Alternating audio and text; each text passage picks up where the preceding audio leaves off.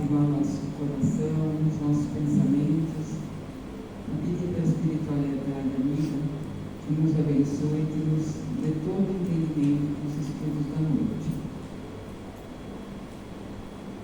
Hoje é uma honra para a comunidade ter aqui, apresentando o estudo, o nosso companheiro de trabalho, que é o Marcos, né? Isso é uma grande honra para a casa. O Marcos, além de ser um trabalhador da casa, ele também é um estudioso dos ensinamentos de Jesus. E hoje ele tem uma boa surpresa para a gente, porque quando eu ouvi essa palestra dele, eu fiquei surpresa. Vocês também vão ficar. Pode vir.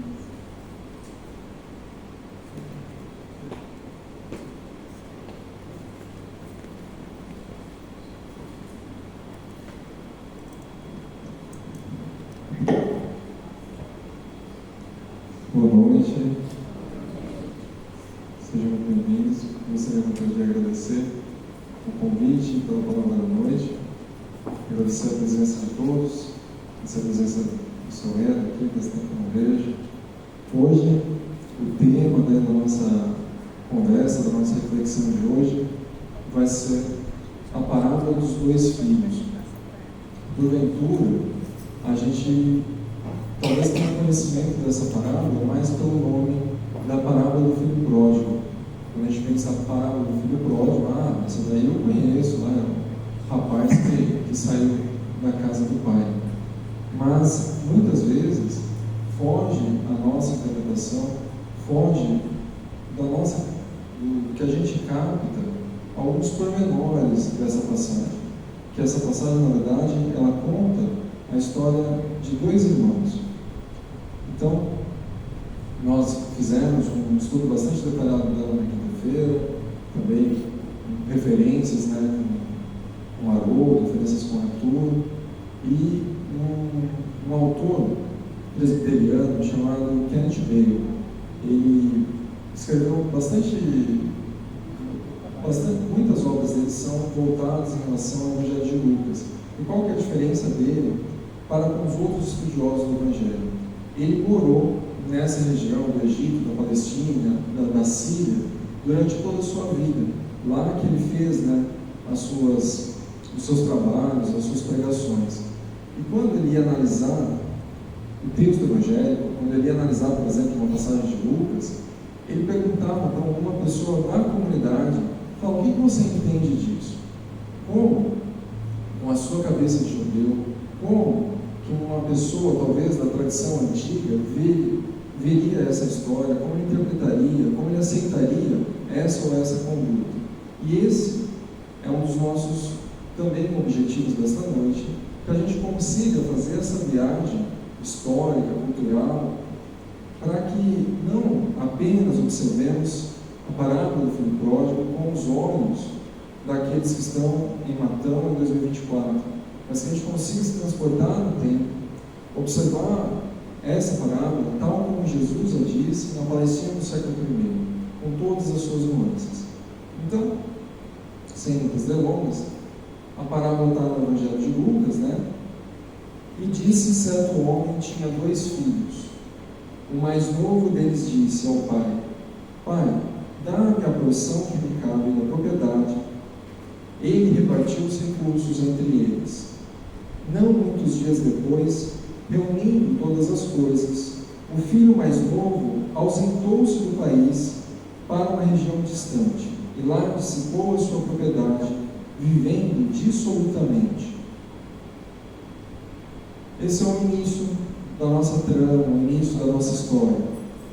Um pai, logicamente, que Jesus contava essas histórias, contava essas parábolas, e que os personagens tinham significados muito mais profundos do que essa simples literalidade, né? Então, quando a gente vê normalmente pai, a gente já imagina essa figura de Deus, e os outros personagens, muitas vezes, são a nossa própria representação. E essa história diz que o homem tinha dois filhos.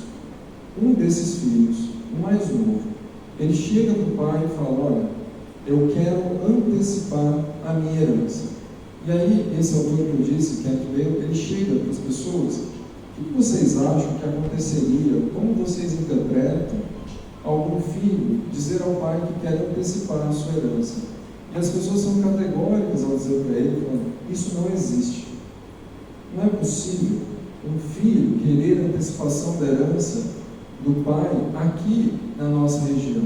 Imaginemos que é uma cultura bastante patriarcal, bastante centralizada na figura daquele pai, daquele que rege toda a administração e todas as decisões da casa.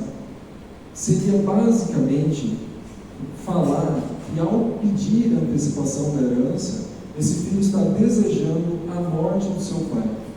Então, seria tão absurdo que várias coisas poderiam depender daí. Talvez esse pai punisse o filho severamente, expulsasse ele de casa, desedasse ele. Se a comunidade ficasse sabendo disso, encararia como uma atrocidade e talvez iria para um linchamento público, iria para uma extradição, para um exílio. Não era aceitável que um cenário desse ocorresse.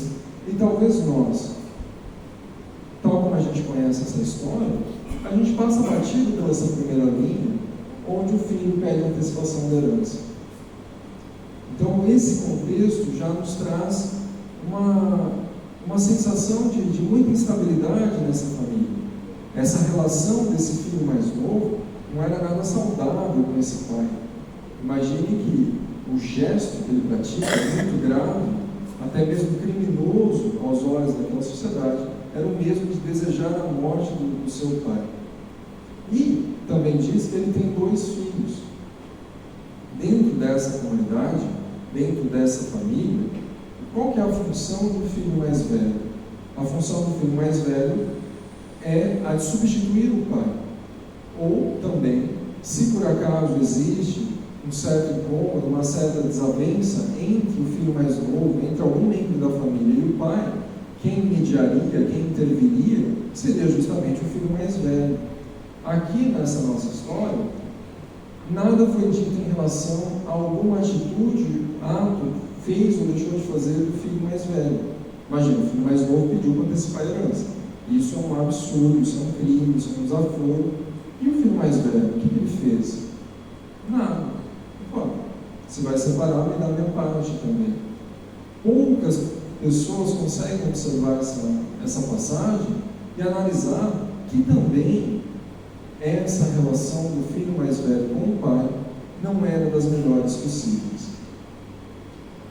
E partindo de um significado mais profundo, mais espiritual, a gente imagina essa casa do pai, toda essa herança de Deus destinada com misericórdia aos seus filhos, com tudo aquilo que é proporcionado à nossa vida, com aquilo que é proporcionado à nossa própria evolução. E esse desejo de antecipar uma herança, de se afastar da casa do pai, vem da nossa exclusividade, vem do nosso egoísmo, vem dos nossos vícios, dos nossos defeitos, de tudo aquilo que nos faz nos afastar do caminho edificante. A gente tem também que naquela região as pessoas eram muito definidas pela terra, pelo trabalho.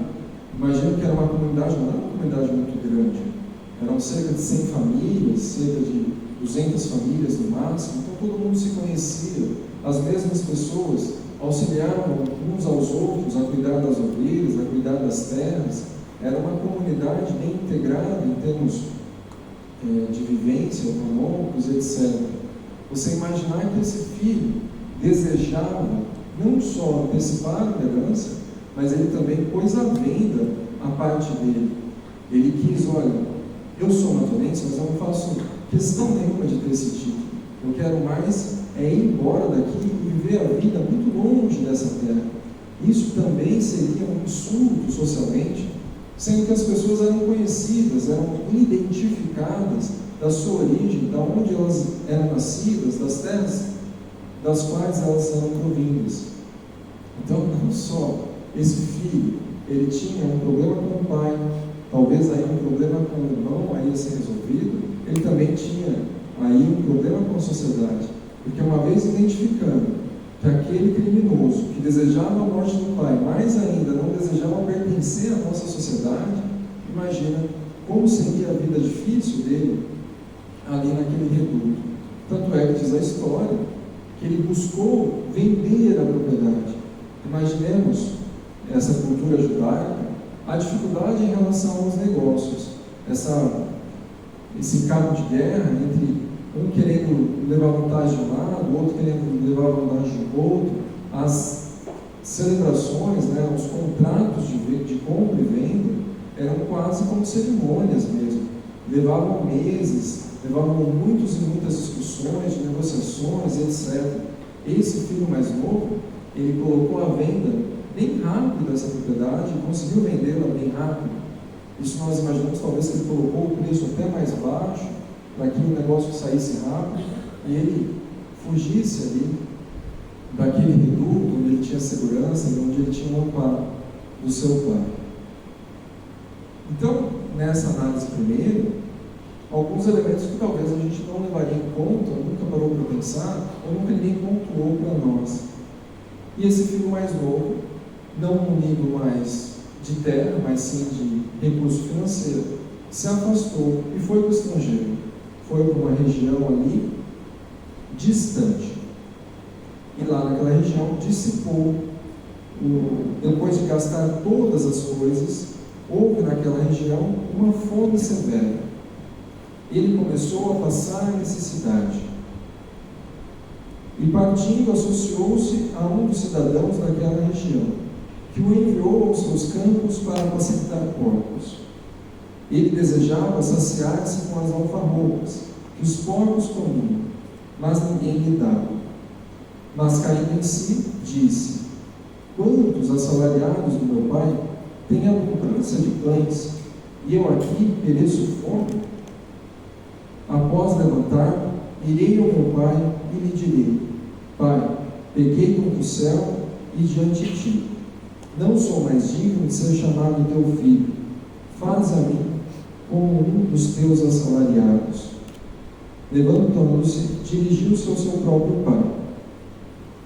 Então, essa segunda parte, nós vemos primeiro esse afastamento, essa renúncia, né, esse autoexílio, essa vontade própria, esse exercício do livre-arbítrio, que muitas vezes nos ocorre de hora em hora, de dia em dia, de ano em ano, de decisão em decisão, no qual nós nos afastamos da proteção de Deus, da proteção do caminho reto, da proteção da casa do Pai. E uma vez afastado dessa seiva que alimenta, dessa única condição de prover plenitude, de prover saciedade, muitas vezes gastamos todas as energias, gastamos todos os recursos e nos vemos diante de crises. Conta a história que aquele país longínquo passou por uma grande crise e houve fome. Imagine, tudo era gerido naquela sociedade através da lida do campo, através da produção da terra.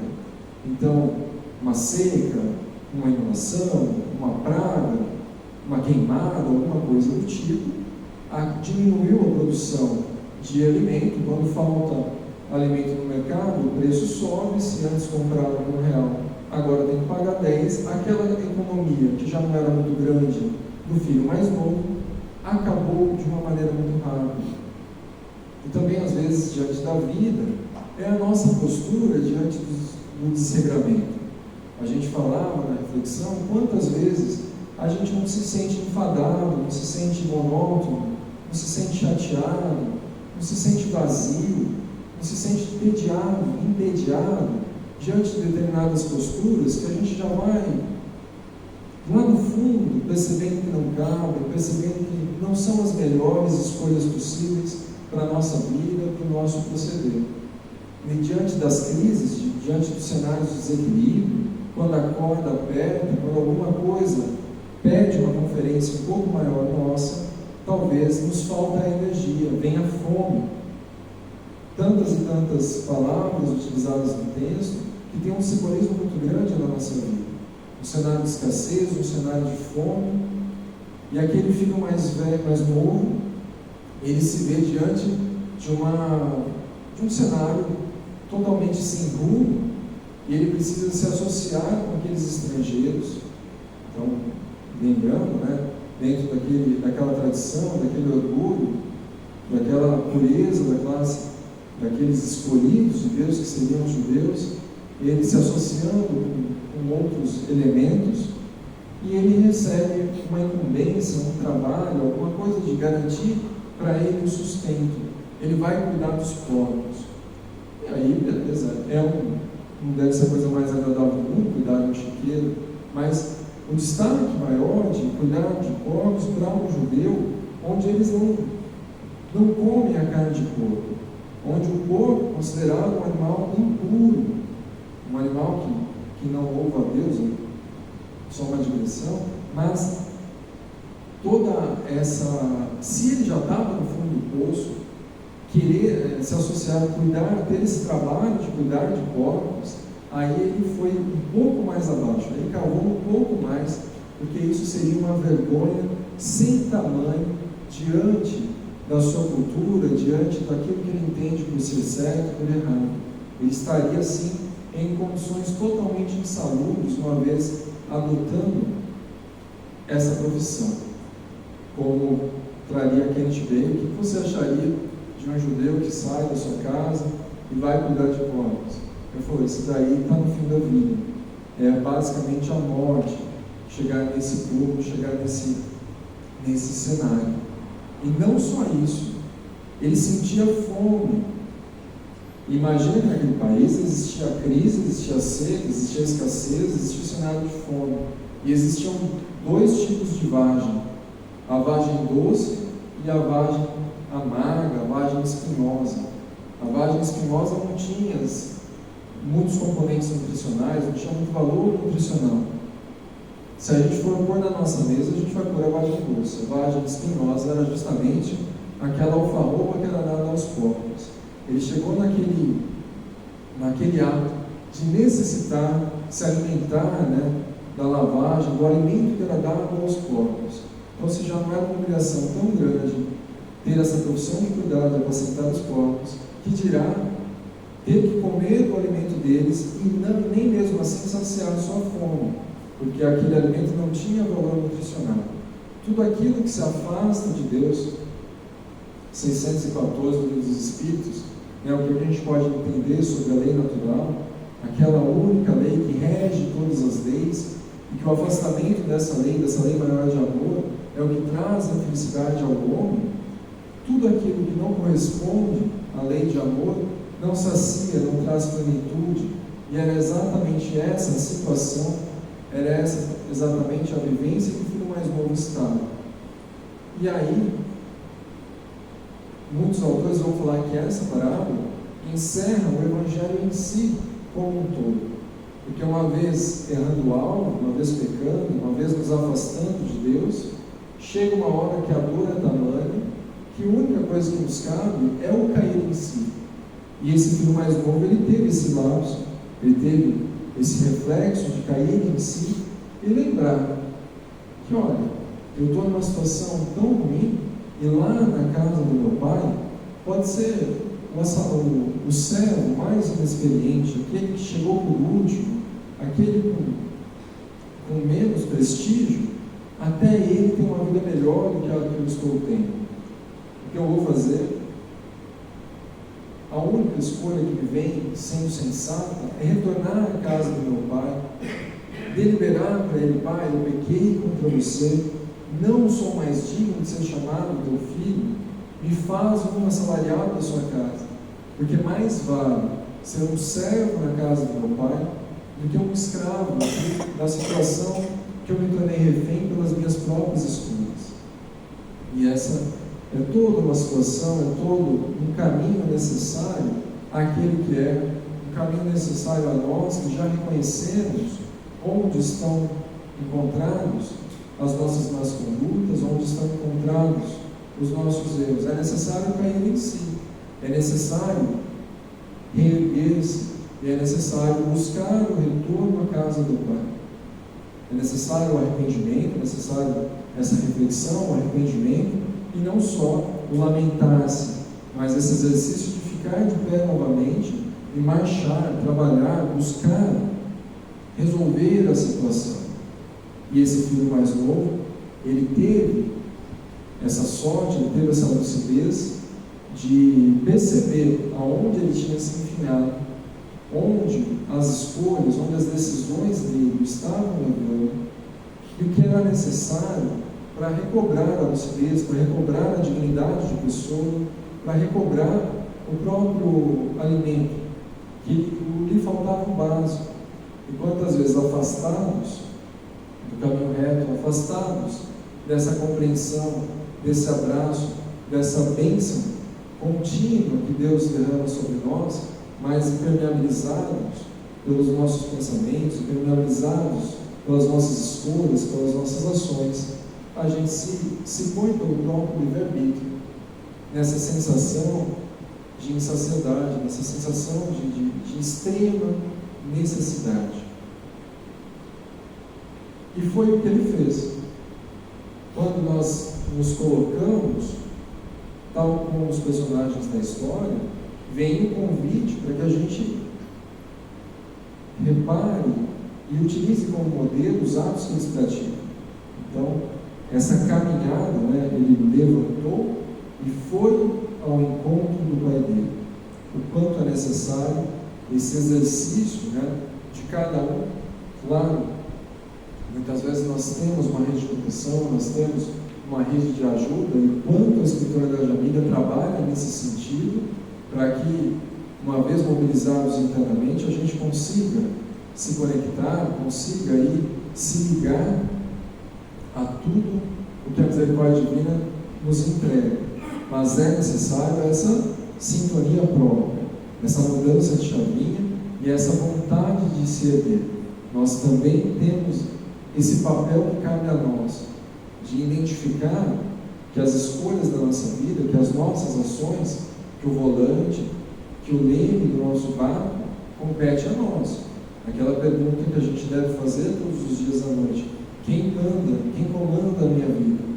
E se a resposta for não sou eu, da gente repensar e tomar de volta a rédea, as decisões, aquilo que vai de fato nos fazer se conectar mais com si mesmo, se conectar mais com Deus e trabalhar e servir em prol do bem comum, tal como a nossa missão, uma vez encarnados na Terra.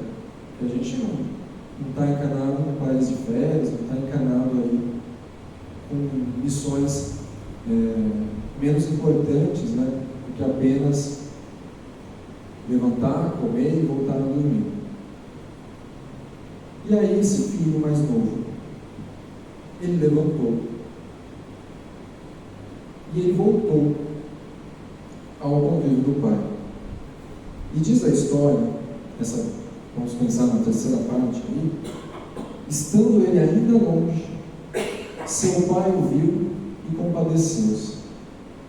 Correu, lançou-se sobre o pescoço dele e o beijou repetidamente. Disse-lhe o filho: Pai, pequei contra o céu e diante de ti. Não sou mais digno de ser chamado teu filho. Disse o pai para os seus servos: Trazei para fora a principal roupa e vestiu. Dai um anel para sua mão e sandálias para os seus pés.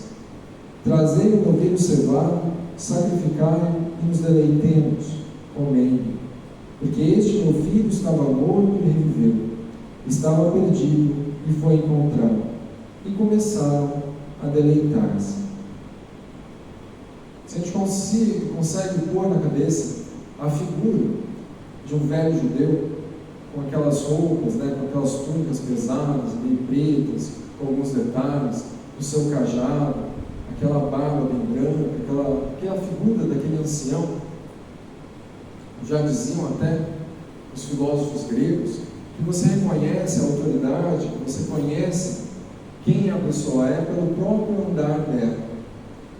E nesse caminhar do filho mais novo, perto da casa do pai, esse pai, ouvindo ao longe, ali, 2, 3 quarteirões longe, ele reconheceu a figura do seu filho.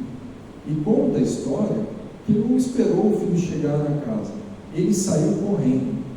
Então a gente imagina o que é aquele ancião, todo velhinho, com movimentos meio limitados, levantando a saia ali da túnica e saindo correndo em direção àquele filho. Isso, inclusive, se a gente perguntar para alguém daquela comunidade, eles falaram: isso seria uma vergonha. Onde já se viu um senhor com essa idade, com essa autoridade, se dá a essas criancices de sair correndo pela rua. Isso era impossível de se imaginar uma cena. Se você vê um ancião judeu correndo, é meio que um sinal para você correr também, porque alguma coisa deve ter dado muito errado ali, porque ele está se distanciando daquele ponto.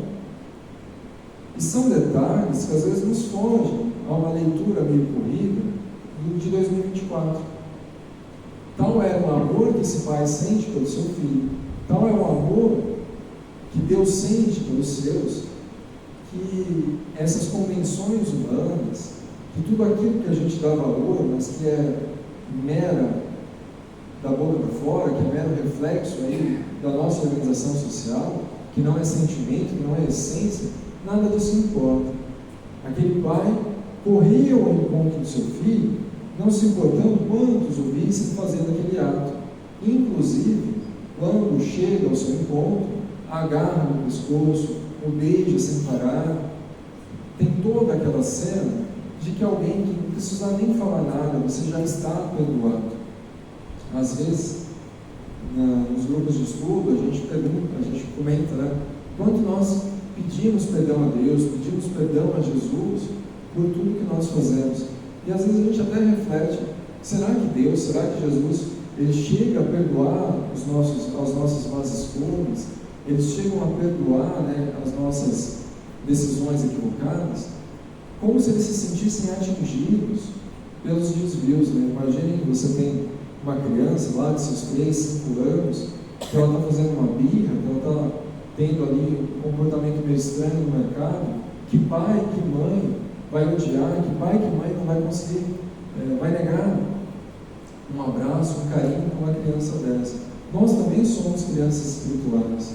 Essas decisões equivocadas que nos afastam da lei natural, que nos afastam de Deus, elas denotam o nosso estado um pouco ainda desavantajado, né? Esse retrocesso que ainda temos de evolução, mas que diante da eternidade, com os olhos que Jesus nos enxerga, com os olhos que Jesus enxergava todos os seus apóstolos, enxergava todas aquelas pessoas que o buscavam, pediam auxílio, ele já via florescer toda a luz que aquela pessoa tinha potencial. Então, isso não era uma questão que atinge, uma questão que deixa o triste, que acaba com o dia dele. E tal é a alegria, né? Quando Jesus conta essa história, ele conta antes a história da dracma perdida, né? Que se a gente deixa uma moeda cair, a gente não vai sossegar até encontrar essa moeda que caiu no chão. Ele conta a parábola da ovelha perdida, que qual não é o pastor que não vai deixar as 99 em segurança para ir atrás daquela ovelha que se perdeu, e conclui a assembleia que ele estava contando a parábola do filho pródigo. E quando a gente vê esse encontro do Senhor, do dono lá, do pai da família, com o filho mais novo, a gente vê todo o acolhimento que ele teve, porque o filho chega a falar: pai, peguei contra ti, não sou mais digno de ser chamado teu filho. Ele já viu que o pai tinha beijado o pescoço, já viu que o pai tinha recebido tão bem, que ele nem tocou no assunto de tornar um assalariado da sua casa.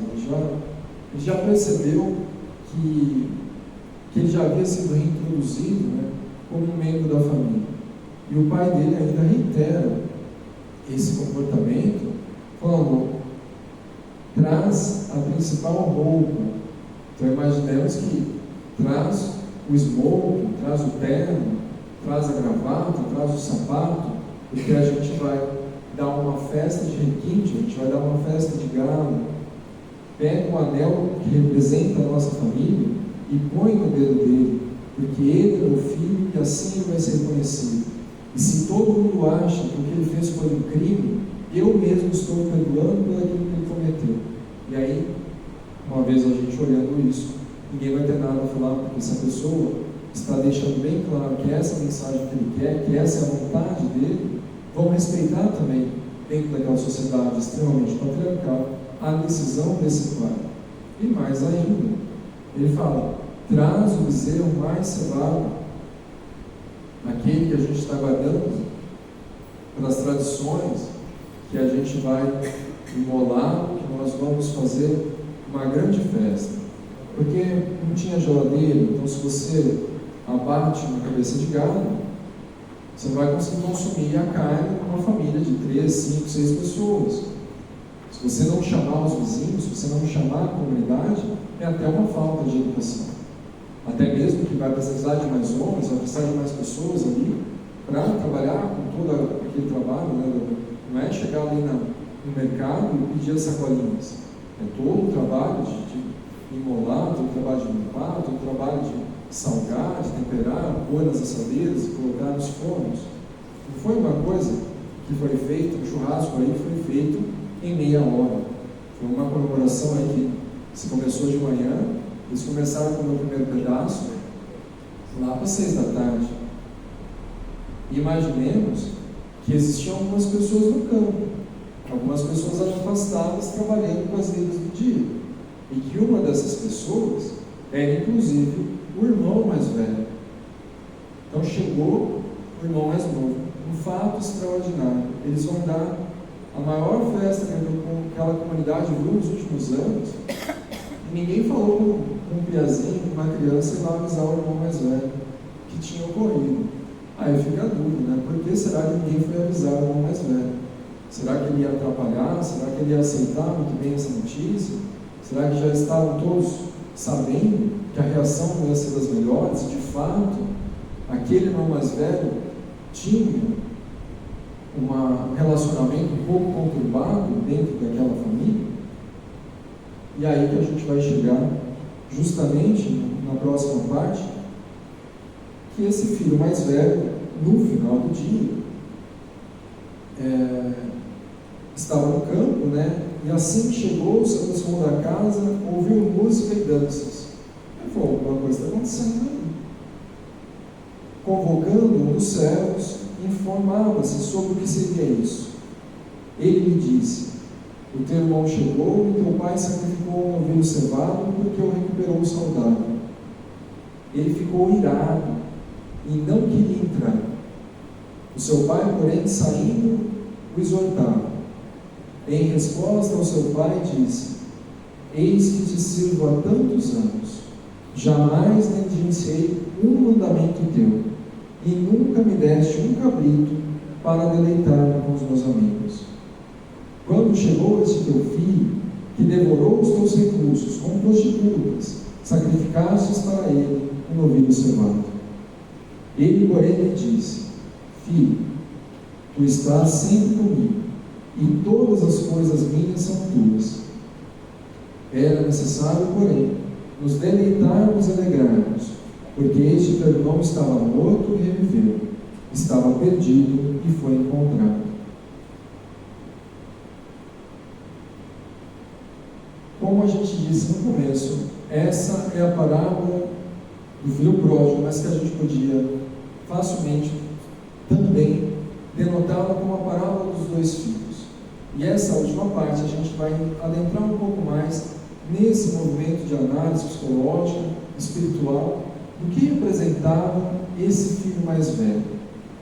Ele não foi avisado da festa. Quando chegou, meio se aproximando de longe, viu que havia música, que havia dança, e perguntou para alguém da porta: o que está acontecendo na minha casa? E falaram: olha, seu irmão voltou, aquele teu irmão, que todo mundo sabe o que aconteceu, ele voltou, são salvo, teu pai ficou super feliz e está dando uma festa, porque assim o encontrou. E quantas vezes lá no passado eu não vi essa história e falei: esse irmão mais velho está coberto de razão, que é onde já se viu, está sempre lá, está correspondendo aos apelos do pai, e ainda passar por tanto desaforo assim, passar por tanta ingratidão. Mas, analisando pela cultura, pelos traços da sociedade, qual seria a função de um filho mais velho numa festa da família? Poxa, se ele chegou do campo, ele dá uma lavada no pé, está com uma água no rosto, põe a roupa mais bonita, sai por aí cumprimentando todo mundo que é o convidado, porque ele é a segunda autoridade da casa, ele mesmo vai pegar as comidas e servir, distribuir o alimento para todo mundo, porque essa é a tradição. Ele é o segundo anfitrião mais importante da casa. E o que ele fez? Uma vez, vendo uma ocorrência muito distante daquilo que ele entendia como certo, ele se revoltou, ele se irou, ele não quis participar da festa do Pai. E Jesus contava essa história não só para aquelas pessoas que se diziam que eram concebidas como os perdidos da vida, como os cobradores de impostos, como as prostitutas, como aqueles que eram muito mal vistos socialmente, mas ele também contava essa história para os fariseus, para aquela classe que cuidava das legislações, que cuidava dos cultos e se achava justificada simplesmente por participar de uma associação religiosa, porque cultuavam a Javé, se identificavam como aqueles que já estavam salvos, mas não conseguiam ver os próprios defeitos e não conseguiam ver todo o egoísmo que ainda morava dentro do seu coração. Esse irmão, ele representa ao extremo a própria vaidade, ele representa ao extremo o próprio egoísmo daquele que observa a salvação alheia, daquele que observa o erguimento, aquele que observa o triunfo alheio e se zanga e se revolta pela misericórdia divina a abraçar a todos. Ele não quis entrar na festa do Pai. E quantas vezes, por acaso não somos nós que adotamos também essa postura de não querer confraternizar, de não querer conviver, de não querer somar aos tantos e tantos trabalhos que são empenhados no mundo, simplesmente por votos, simplesmente por pré-julgamentos, simplesmente por não concordarmos com isso ou com aquilo, por entendermos que a nossa vontade é superior até mesmo à vontade de Deus. Essa foi justamente o que representou o irmão mais velho aqui, ao ficar irado e não ir para dentro da festa. Se a gente for observar o texto, esse pai se humilhou uma segunda vez nesse dia, que a primeira vez foi sair correndo ao encontro do filho mais novo, a segunda vez foi sair da festa e ir ali conversar, perguntar o que afligia o filho mais velho. Olha a paciência desse pai. Podia talvez ter resolvido a história lá no começo e espera pacientemente pelo momento de cada um dos seus filhos. A gente não é em absoluto o filho mais novo, a gente não é em absoluto o filho mais velho. Nós temos momentos e situações e lados da nossa vida em que talvez adotamos a postura de um ou de outro. E Deus tem sempre o mesmo amor, a mesma paciência para conosco. E ele diz, ao filho mais novo, o filho mais velho, quando pergunta o que você está sentindo, o que está acontecendo, ele responde: eis que te sirvo há tantos anos, jamais negligenciei um mandamento teu, e nunca me deste um cabrito para deleitar-me com os meus amigos. Quando chegou este filho que te devorou os recursos, com prostitutas, sacrificaste para ele um novilho cevado. Então ainda, não só esse desequilíbrio interno, o dedo acusatório, e se a gente for pegar mais um detalhezinho, o que esse filho falou? Olha, eu sempre cumpri com os teus mandamentos, e você nunca me deu nenhum cabrito para eu me divertir com os meus amigos. E aí a gente lembra daquela palavra de Jesus, que onde está o seu coração, aí estará o vosso tesouro. Esse filho, por mais que ele estava na casa do pai, por mais que ele cumpria as obrigações, por mais que ele fazia as orações todo dia, tudo certinho, onde estava a cabeça dele? Na verdade, o que ele queria era ter um cabrito só para ele, para fazer um churrasco com os amigos. E se você for fazer um churrasco na posição do século I, com seus amigos, o teu primeiro convidado vai ser o seu pai. Porque o teu pai é o teu melhor amigo, o teu pai é aquela pessoa que você mais respeita na vida. Então, se você vai dar uma festa, o primeiro convidado que você vai ter é o teu pai. E esse filho mais velho, na verdade, ele tinha lá a proteção da casa do pai, ele tinha as vivências, ele tinha o trabalho que ele executava, mas ele fazia isso talvez com uma má vontade muito grande, talvez pensando lá longe em tudo o que ele gostaria de desfrutar, caso ele tivesse coragem, caso ele tivesse condições. Até mesmo ontem, a gente estava falando, poxa, como eu queria ganhar na Mega Sena para poder ajudar muita gente.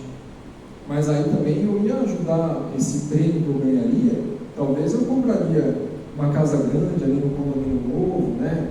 Faria umas viagens aí, um tour pelo mundo, também ia ter um carro que eu gosto, uns investimentos, né? Nunca se sabe o dia de amanhã.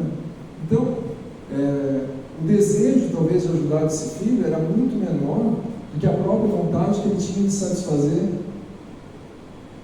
os seus anseios, as suas iniquidades, a sua materialidade.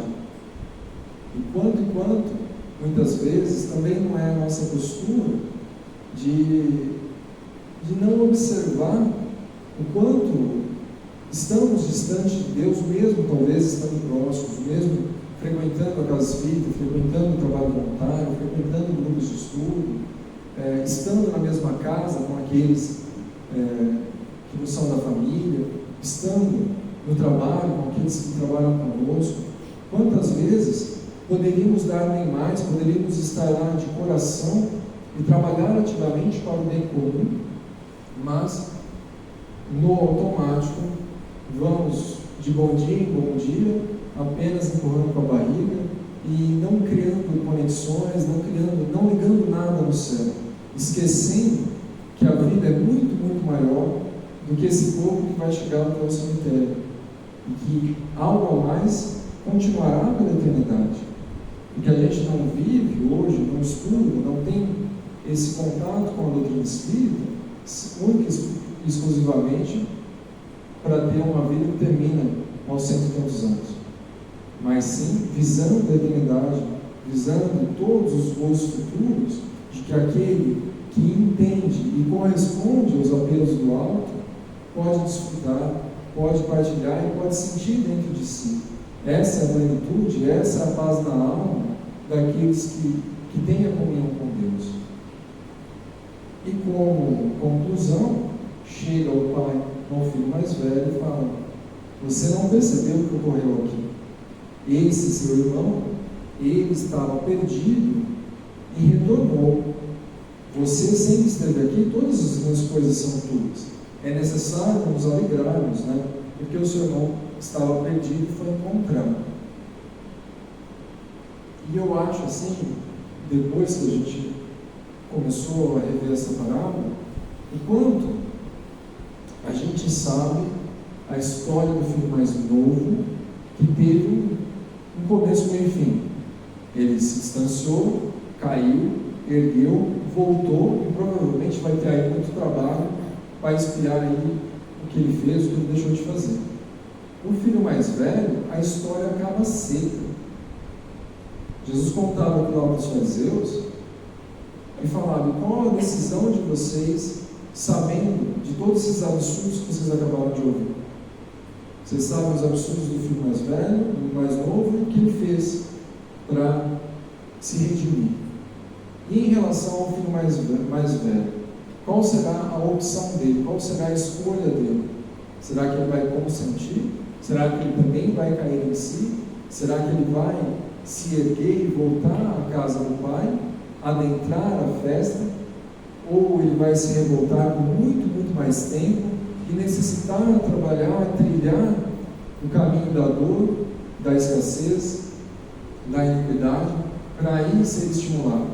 Ele vai vir pelo amor, pela palavra, pela demonstração da lição, pelo exemplo alheio, ou ele vai ter que vivenciar ele mesmo tudo aquilo que vai fazê-lo se movimentar, fazê-lo perceber o desequilíbrio em que se encontra.